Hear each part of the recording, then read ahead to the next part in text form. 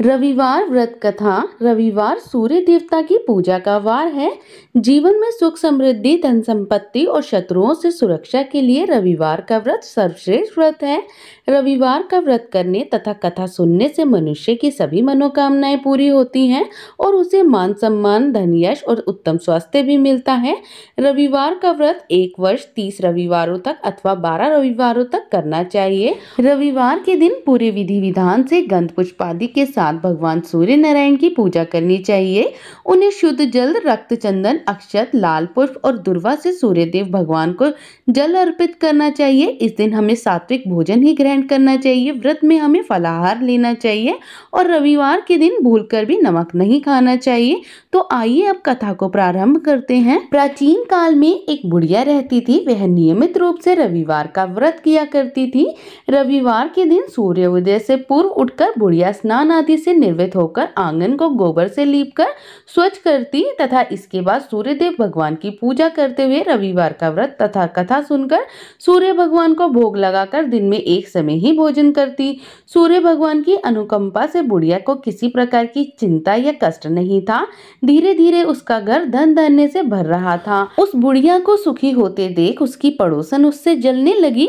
बुढ़िया ने कोई गाय नहीं पाल रखी थी, अतः वह अपनी पड़ोसन के यहाँ पर बंधी गाय से ही गोबर लाती थी। पड़ोसन ने कुछ सोचकर अपनी गाय को घर के भीतर बांध लिया। रविवार को गोबर ना मिलने से बुढ़िया ने अपना आंगन भी नहीं लीप सकी और आंगन ना लीप पाने के कारण बुढ़िया ने सूर्यदेव भगवान को भोग भी नहीं लगाया और उस दिन बुढ़िया ने स्वयं भी भोजन नहीं किया। सूर्यास्त होने पर बुढ़िया भूखी प्यासी सो गई। प्रातःकाल सूर्योदय से पूर्व उस बुढ़िया ने की जब आंख खुली तो वह अपने घर के आंगन में एक सुंदर गाय और बछड़े को बंधा देखकर हैरान हो गई। गाय को आंगन में बांधकर उसने जल्दी से उसे लाकर चारा खिलाया।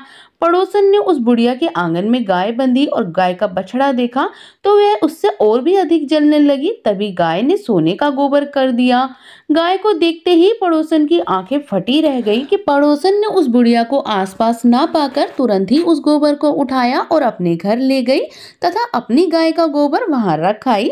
सोने के गोबर से पड़ोसन कुछ ही दिनों में धनवान हो गई और गाय प्रतिदिन सूर्योदय से पूर्व उठकर सोने का गोबर किया करती थी और बुढ़िया उठने से पहले ही पड़ोसन उस गोबर को उठाकर ले जाया करती थी। बहुत दिनों तक बुढ़िया को सोने के गोबर के बारे में कुछ भी नहीं पता चला। बुढ़िया पहले की ही तरह रविवार को भगवान सूर्यदेव का व्रत करती रही, कथा सुनती रही, लेकिन सूर्य भगवान को जब पड़ोसन की चालाकी का पता चला तो उन्होंने तेज आंधी चलाई।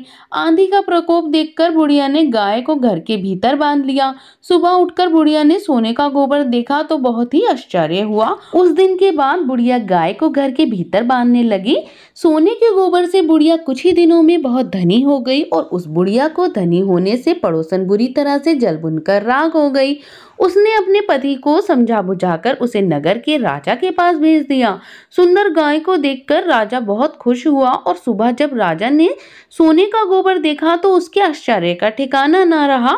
उधर सूर्य भगवान को भूखी प्यासी बुढ़िया इस तरह प्रार्थना करते देख उस पर करुणा आई और उसी रात भगवान सूर्यदेव ने राजा को स्वप्न में कहा, हे राजन, बुढ़िया की गाय व बछड़ा तुरंत लौटा दो, नहीं तो तुम पर विपत्तियों का पहाड़ टूट पड़ेगा, तुम्हारा महल नष्ट हो जाएगा। सूर्य भगवान के स्वप्न से बुरी तरह भयभीत राजा ने प्रातः उठते ही गाय और बछड़ा बुढ़िया को लौटा दिया। राजा ने बहुत सा धन देकर बुढ़िया से अपनी गलती के लिए क्षमा मांगी। राजा ने पड़ोसन और उसके पति को इसकी दुष्टता के लिए भी दंड दिया। फिर राजा ने पूरे राज्य में घोषणा कराई कि सभी स्त्री पुरुष रविवार का व्रत किया करें। रविवार का व्रत करने से सभी लोगों के घर धन धान्य से भर गए। राज्य के चारों ओर खुशहाली छा गई और स्त्री पुरुष सुखी जीवन यापन करने लगे तथा सभी लोगों के शारीरिक कष्ट भी दूर हो गए। तो इस तरह भगवान सूर्यदेव की जो भी पूजा करता है, जो भी व्रत करता है, श्रद्धा से उनकी कथा को श्रवण करता है, उनकी सभी मनोकामनाएं पूरी होती हैं। इसके पश्चात कथा सुनने के बाद आरती कीजिए, भगवान को भोग लगाइए, फलाहार ग्रहण कीजिए। वीडियो पसंद आई हो तो वीडियो को लाइक कीजिए, चैनल को सब्सक्राइब कीजिए।